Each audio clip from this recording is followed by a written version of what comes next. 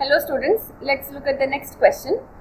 The question is, a quartz plate cut with its faces perpendicular to the optic axis produces the same rotation as that of 0.2 meter long sugar solution of concentration 200 kg per meter cube. Calculate the thickness of the plate if the specific rotation of quartz is 380 radians per meter and that of sugar is 0.01 radians per meter per unit concentration. This is the question. Okay. So this question is based on optical activity of any material medium. What is optical activity?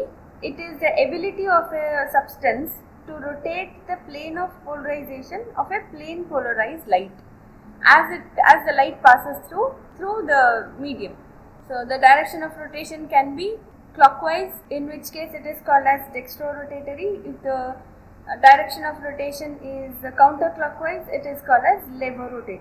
And the expression that connects these things is, what basically are we talking about here is, let's say there is a material medium, a tube filled with some substance, optically active substance. Let's say the length of the tube is L. If the light is incident, let's say there is a polarized light, plane polarized light entering this medium. By the time this light travels through this medium, the plane of polarization changes.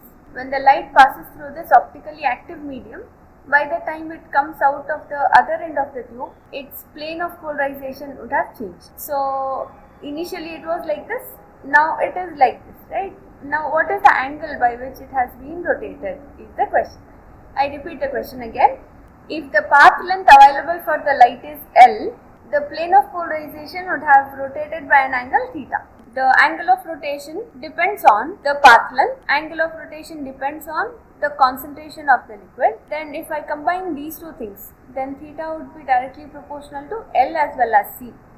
If I remove the proportionality and write it as equals, then I'll have to introduce a coefficient or constant, which is called as S. L, C. Here S is nothing but the specific rotation of the substance. So what is given over here? A quartz plate cut with its face perpendicular to the optic axis. One more thing. What is optic axis here? It is the axis along the optical medium along which the velocity of ordinary ray as well as the extraordinary ray are equal. There are many more definitions for optic axis, but this is the simplest one. It produces the same rotation as that of 0.2 meters long sugar solution. Let's say the angle of rotation of quartz plate is theta q, the angle of rotation of sugar solution is theta s. Then it says that the same rotation, meaning theta should be same, right? So theta q is equal to theta s. Now, length of the sugar solution is 0.2 meters and the concentration of the sugar solution is 200 kg per meter cube. Calculate the thickness of the plate if the specific rotation of quartz is K. So specific rotation is, as I told you, S is the coefficient of specific rotation. So for quartz it is 380 radians per meter.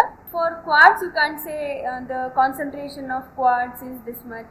So we are writing that in terms of per meter. Whereas for liquid or sugar solution, it is 0.01 radians per meter per unit concentration. So here the unit slightly changes. Also the formula. As I told you, this formula is for sugar solution because it has length as well as concentration. This formula is for sugar solution because it has length as well as concentration. Whereas if I write the same thing, this is for sugar solution. If I write the same thing for quartz, it has to be slightly different. What it should be is, it has to be only the specific rotation of quartz times the path length, right? So let us have this equation as 1, this equation as 2. Equate them both. What are we supposed to find out is TQ is to be found out. Or if you like, it can be written as LQ. Let me write it as L. Okay. So we know that theta q is equal to theta s. SQ into LQ is SS, LS, CS. Then LQ is SS, LS, CS over SQ. So there are no conversions required here because everything is in SI units. SS is 0.01 multiplied by LS is 0.2, CS is 200 over SQ is 380.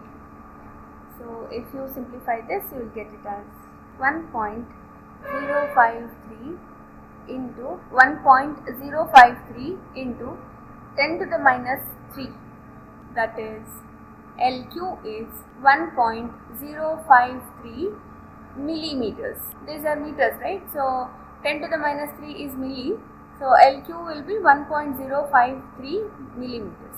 What did we understand from this question is 1.053 millimeters long quartz plate produces the same rotation as that of 0.2 meters long sugar solution, right?